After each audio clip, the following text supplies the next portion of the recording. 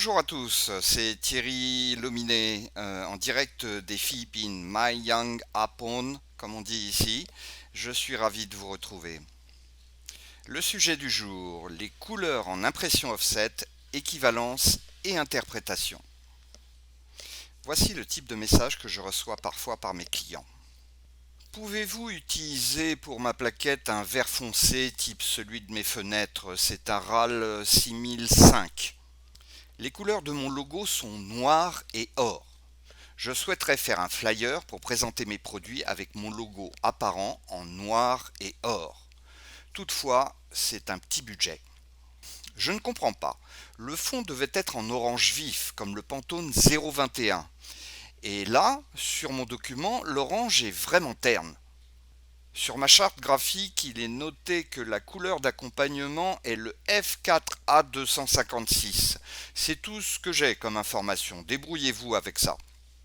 Votre gris foncé est complètement noir sur mon imprimante. La couleur est un sujet important, donnant lieu à de multiples interprétations. Difficile de mettre des règles à tout ça. En plus, on ne voit pas tout de la même façon. Par exemple, l'œil humain distingue plus de nuances de vert que n'importe quelle autre couleur. La raison vient probablement de ses ancêtres qui, se cachant dans les végétaux, pouvaient plus facilement éviter les prédateurs. C'était une question de survie. Bref, ce que nous voyons sur le papier imprimé, à l'écran, sur les enseignes, sorti de nos imprimantes, sera forcément toujours différent, même si nous parlons de la même couleur. Il suffit aussi que le temps soit ensoleillé, puis qu'il pleuve, pour que la couleur apparaisse différente. La lumière extérieure influe aussi. Alors, pour imprimer nos documents, comment on s'y retrouve? Le principe de l'impression numérique de bureau. Contrairement à l'impression offset en tirage important, l'impression numérique ne nécessite pas la fabrication de plaques. On envoie des données informatiques sur l'imprimante qui les retranscrit directement sur le papier sous forme de jet d'encre ou de poudre. C'est ce que vous faites lorsque vous imprimez chez vous. Dites-moi et soyez honnête.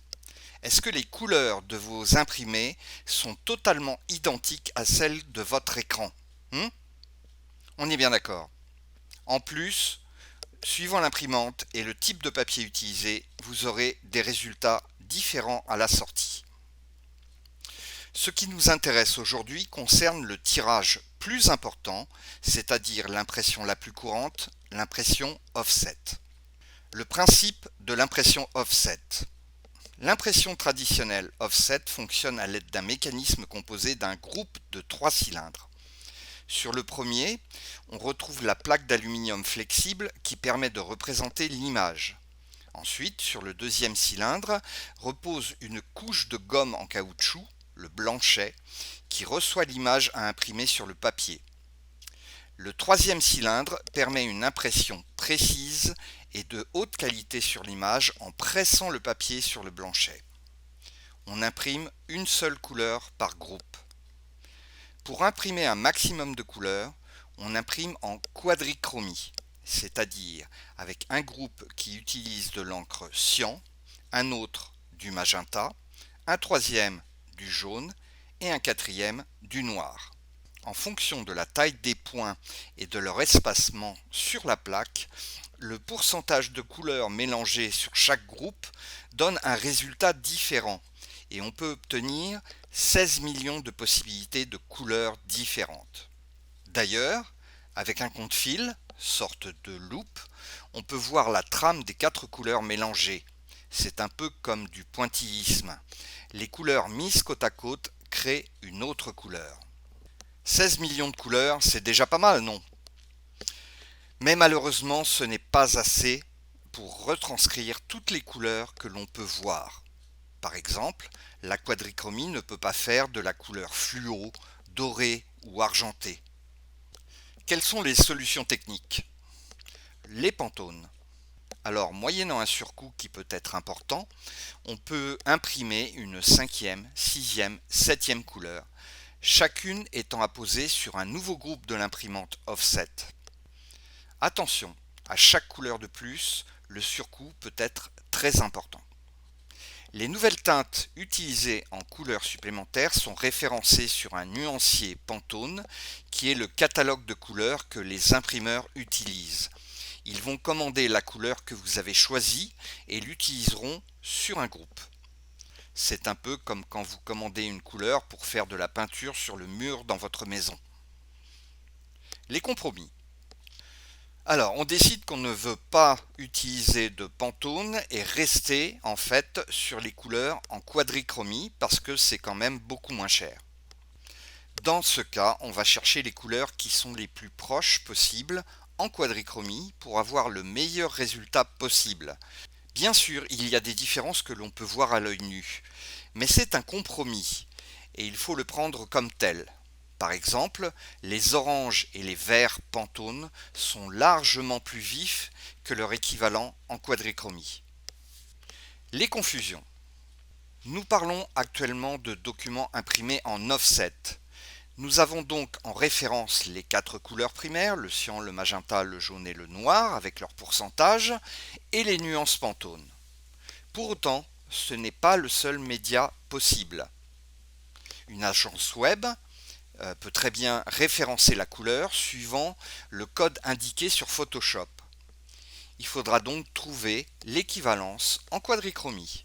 Une enseigne pourra être faite avec un autre nuancier comme le RAL.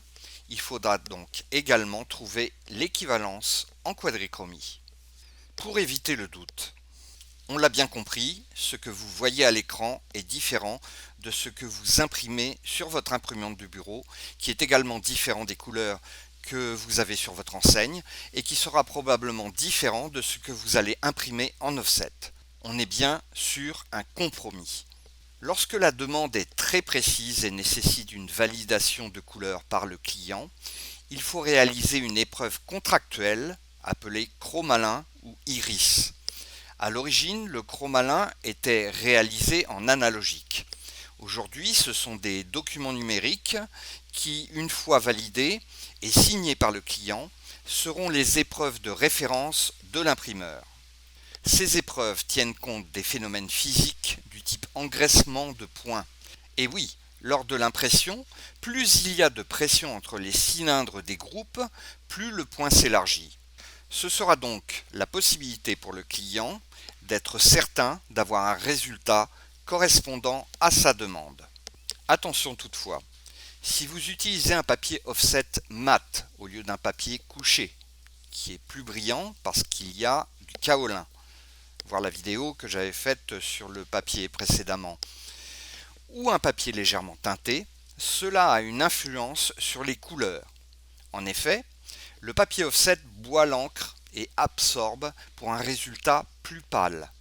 Quant au papier teinté, il a naturellement une influence sur la couleur transparente de la quadrichromie qui est apposée lors de l'impression.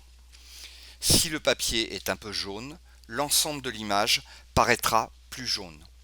En conclusion, ça en fait des choses à penser, hein. Bon, pas de panique. Votre graphiste est là pour vous aider et vous accompagner. Faites-lui confiance, il saura vous conseiller. Vous aurez peut-être des questions et des suggestions, je suis donc à votre écoute et ravi de pouvoir partager sur ce sujet. N'hésitez pas à me laisser un message. Voilà, c'est fini pour aujourd'hui. Je vous souhaite une bonne colorimétrie dans vos médias et vous dis à très vite pour une prochaine vidéo. À très bientôt et au revoir!